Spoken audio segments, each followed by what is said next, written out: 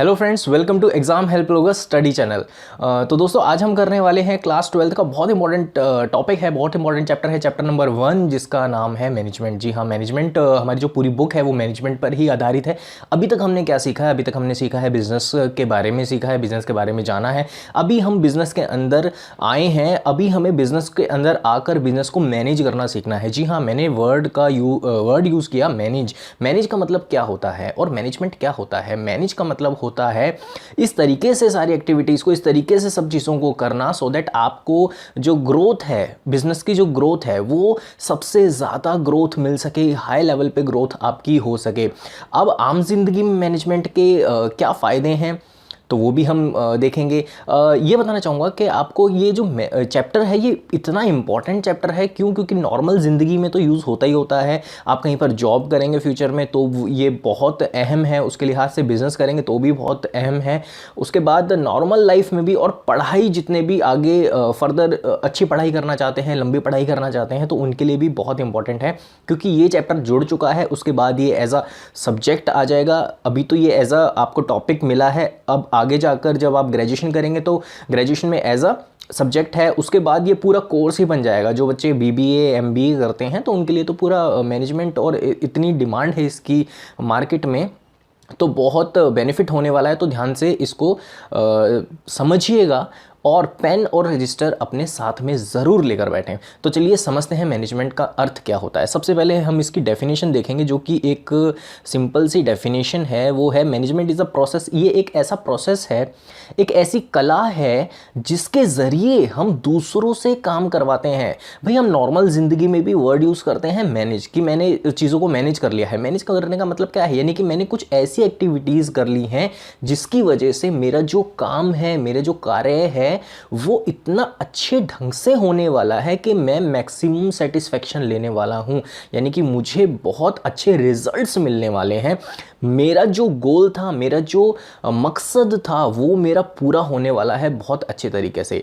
यहीं अगर मैं इसको बिजनेस में लाऊं तो मैनेज करना, यानी कि बिजनेस एक्टिविटीज़ को इस तरीके से मैनेज करना, सारी एक्टिविटीज़ को इस तरीके से मैनेज करना कि वो आपको सबसे अच्छा रिजल्ट दे सके, बढ़िया रिजल्ट दे सके।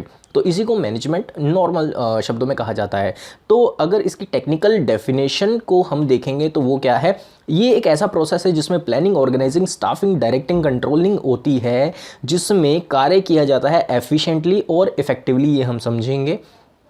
Goals of organisation. जी हाँ, हमारा मकसद क्या होता है? हमारा मकसद होता है, हमने जो ऑर्गेनाइजेशन के गोल्स हैं, ऑर्गेनाइजेशन के जितने भी गोल्स हैं, हमारा फाइनल जो मकसद होता है वो हमारा यही होता है, हमारी मंजिल होती है कि हमें उसको अचीव करना है।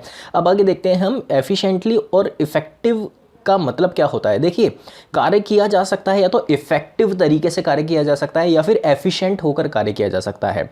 देखिए, इफेक्टिव का मतलब क्या होता है? काम को करना, कार्य को करना, प्रबंधन इस तरीके से करना कि काम हो जाए और इतने अच्छे तरीके से हो जाए, यानी कि हमें एंड रिजल्ट मिल जाए। फिर चाहे कॉस्ट कितनी भी लगे, यानी कि चाहे हम जितनी हमने कॉस्ट निर्धारित की थी, जितनी हमने कॉस्ट मानी थी कि इतनी कॉस्ट लगेगी, इतनी लागत लगेगी, फिर चाहे हम उसको क्रॉस क्यों ना कर दें, फ़र्क नहीं पड़ता। यानी कि काम क्या है? काम तो पूरा हुआ ना, इसे बोलते हैं इफेक्टिव होना। एफिशिएंट होने किसको बोलते हैं? यानी कि इस तरीके से काम को करना कि हमारी जो कॉस्ट है वो कम से कम आए, यानी कि मिनिमम कॉस्ट हमें अचीव हो और काम भी हो जाए। तो इसको हम क्या बोलते हैं? एफिशिएंटली। ठीक है, तो ये दोनों के अंदर डिफरेंस भी होता है। और ये ही दोनों चीज़ें जो हैं, पिलर जो हैं, ये मिलकर क्या बनाते हैं? एक मैनेजमेंट बनाते हैं। यानी कि मैनेजमेंट की एक्टिविटीज़ जितने भी हैं, उसके जो प्रोसेस हैं, उसको मजबूत करते हैं। तो आइए चलते हैं, फिर आगे देखते हैं इसमें इसके करेक्टरिस्टिक्स क्या होते हैं, यानी कि मैनेजमेंट के क्या करेक्टरिस्टिक्स होते हैं, क्या सिग्निफिकेंस होते हैं। क्योंकि ये गोल ओरिएंटेड प्रोसेस है, यानी कि पूरा जो है किस पर आधारित है कि हमें फाइनली क्या करना है? हमें अपने गोल्स को अचीव करना है। हमारे गोल्स कौन से? कोई भी संगठन हो, हम किसी भी संगठन को चला रहे हो तो हमारे गोल, कुछ तो गोल होंगे। हर संगठन के कुछ ना कुछ गोल्स होते हैं, कुछ एम्स होते हैं, ऑब्जेक्टिव होते हैं, उसको अचीव करना।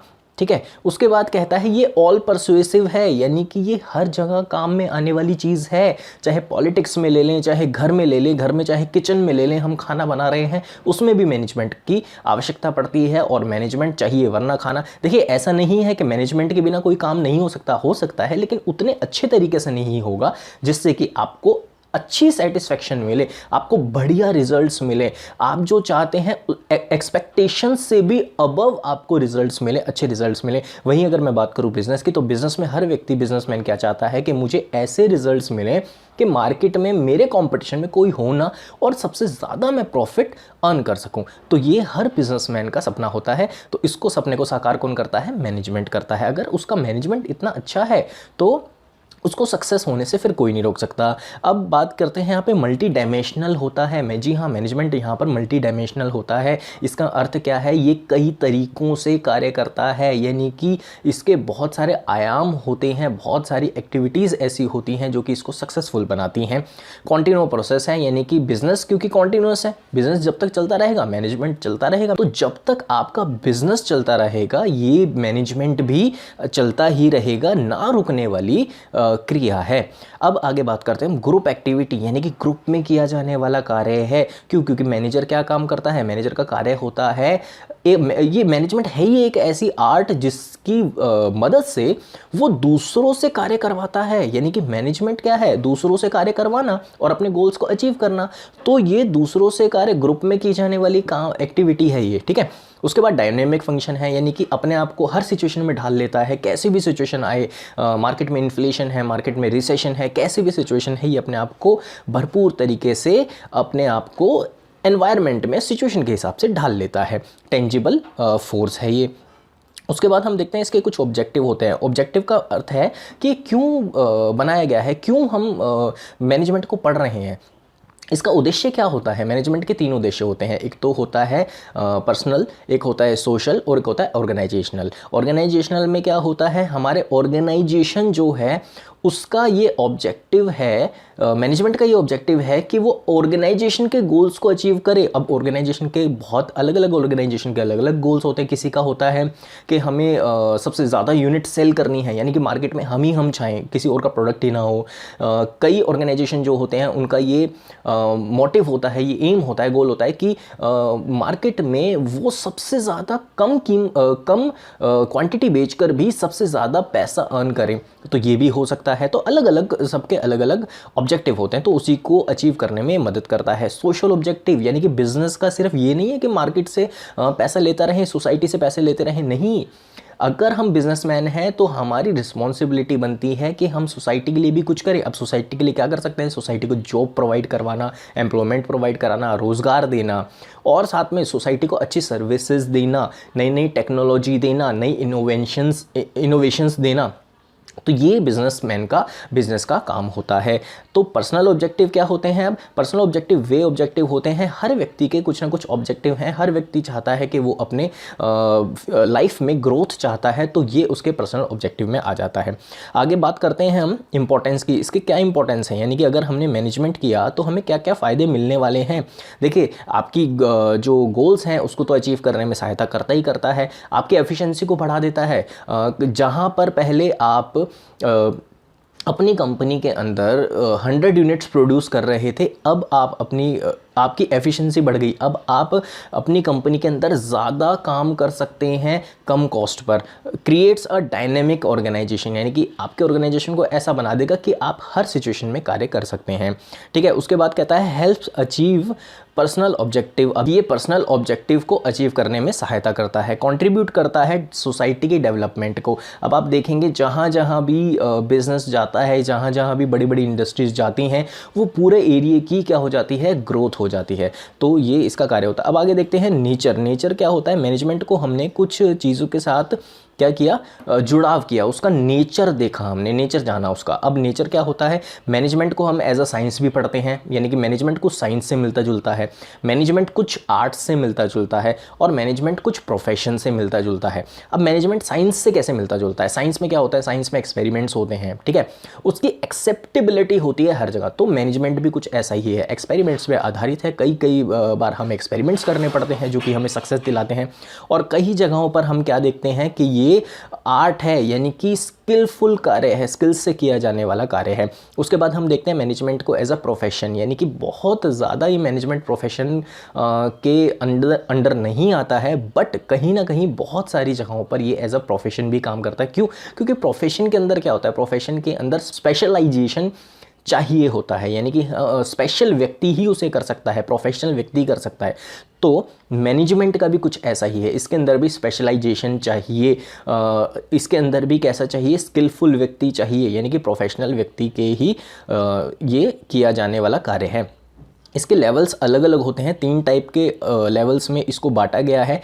Top level management, middle level management और लास्ट जो होता है वो ऑपरेशनल, जिसे हम सुपरवाइजरी भी बोलते हैं।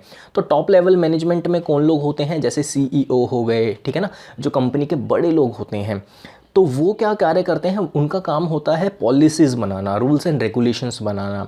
मिडिल लेवल मैनेजमेंट का काम क्या होता है, जितने भी पॉलिसीज़ बनी हैं टॉप लेवल मैनेजमेंट के द्वारा उसको नीचे लेकर जाना, यानी कि नीचे उसका प्रचार करना, लेबर्स के पास लेकर जाना, सुपरवाइजर्स के पास लेकर जाना, ऑपरेशनल जो मैनेजमेंट है नीचे का उनके पास उनको बताना, ठीक है। और साथ ही साथ जो उनकी क्वायरीज़ आती हैं किनकी, नीचे लेवल वालों की, तो उनकी क्वायरीज को ऊपर तक लेकर जाना। तो ये इसके मिडिल लेवल के कार्य होते हैं। लास्ट लेवल जो होता है सुपरवाइजरी यानी कि ऑपरेशनल, तो उसका काम क्या होता है, उसका काम होता है कि जितनी भी पॉलिसीज़ बनकर आई हैं, ठीक है, उस पे कार्य करना, यानी कि एग्जीक्यूशन का इनका काम होता है। ये एग्जीक्यूट करते हैं सारे काम को, पॉलिसीज़ को। अब आगे देख लेते हैं हम इसके फंक्शंस क्या होते हैं। देखिए मैनेजमेंट के फंक्शंस जो होते हैं, यानी कि मैनेजमेंट कैसे करना पड़ेगा आपको, ये 1 बाय 1 आपको मैनेजमेंट करना पड़ेगा। कैसे करना पड़ेगा, पहले करनी पड़ेगी हमें प्लानिंग करनी पड़ेगी, उसके बाद ऑर्गेनाइजिंग, स्टाफिंग, डायरेक्टिंग और कंट्रोलिंग। तो ये जो है मैनेजमेंट की फंक्शंस हैं, ये आपके चैप्टर्स भी हैं। तो ये जो हैं ये आगे जाकर आपके चैप्टर्स बन जाएंगे, जो कि हम अभी नेक्स्ट लेक्चर्स में इसको कवर, इन सारे टॉपिक्स को हम 1 बाय 1 आगे कवर करेंगे, ठीक है। तो ये तो था आपका जो चैप्टर था मैनेजमेंट, फर्स्ट चैप्टर था, पहला चैप्टर। तो आई होप आपको समझ में आया होगा, और अगर आपको कोई भी डाउट लगता है तो आप कमेंट बॉक्स में कमेंट कीजिए, हमसे पूछिए, चैनल को सब्सक्राइब कर लीजिए, क्योंकि आने वाली वीडियोस जो हैं वो बहुत ही ज़्यादा इंपॉर्टेंट हैं। कहीं आपसे वो वीडियोस मिस ना हो जाएं, तो प्लीज़ चैनल को ज़रूर सब्सक्राइब कर लीजिए, और साथ ही साथ वीडियो को लाइक करना ना भूलें। तो चलिए अब हमारी मुलाकात होगी नेक्स्ट क्लास में किसी नए टॉपिक के साथ। तब तक के लिए बाय। फ्रेंड्स, हमारी वीडियो बनाने का एक खास मकसद है। हम उन बच्चों तक पहुंचना चाहते हैं जो ऐसी जगह पर रहते हैं जहां पर कोचिंग सेंटर, ट्यूशन सेंटर या फिर कॉलेजेस नहीं है, जिनके पेरेंट्स हैवी फीस अफोर्ड नहीं कर सकते, उन्हें कोचिंग सेंटर्स में नहीं भेज सकते। फ्रेंड्स, आप भी हमारी इस मुहिम में सहायता कर सकते हैं इन वीडियोस को शेयर करके। फ्रेंड्स, याद रहे, आपका एक शेयर किसी बच्चे की जिंदगी बदल सकता है। तो इन वीडियोस को व्हाट्सएप और फेसबुक के जरिए ज्यादा से ज्यादा शेयर कीजिए। फ्रेंड्स, अगर आपने अब तक हमारे चैनल को सब्सक्राइब नहीं किया है, या अगर आप नए हैं तो हमारे चैनल को जरूर सब्सक्राइब कर लीजिए, ताकि आने वाली सारी जरूरी वीडियोस आप तक ऐसे ही पहुंचती रहे। फ्रेंड्स, अगर आप किसी खास तरीके की इंफॉर्मेशन हमसे चाहते हैं, या अगर आप कोई सजेशन हमें देना चाहते हैं, या अगर आप चाहते हैं कि किसी खास टॉपिक पर हम वीडियोस बनाएं, तो आप हमें नीचे कमेंट बॉक्स में कमेंट कर बता सकते हैं। फ्रेंड्स, अगर आप किसी टॉपिक से रिलेटेड नोट्स चाहते हैं, प्रीवियस पेपर्स चाहते हैं, टेन्योर चाहते हैं, या फिर अगर आपको इंपॉर्टेंट क्वेश्चंस चाहिए, तो आप हमारे फेसबुक पेज पर जाकर या फिर हमारी वेबसाइट पर जाकर सारी इंफॉर्मेशन ले सकते हैं और वहां से डाउनलोड कर सकते हैं। सारी जानकारी आपको नीचे डिस्क्रिप्शन बॉक्स में मिल जाएगी। सारे लिंक्स की जानकारी नीचे डिस्क्रिप्शन बॉक्स में दी गई है, वहां से जाकर आप इंफॉर्मेशन ले सकते हैं। All the best for your exams.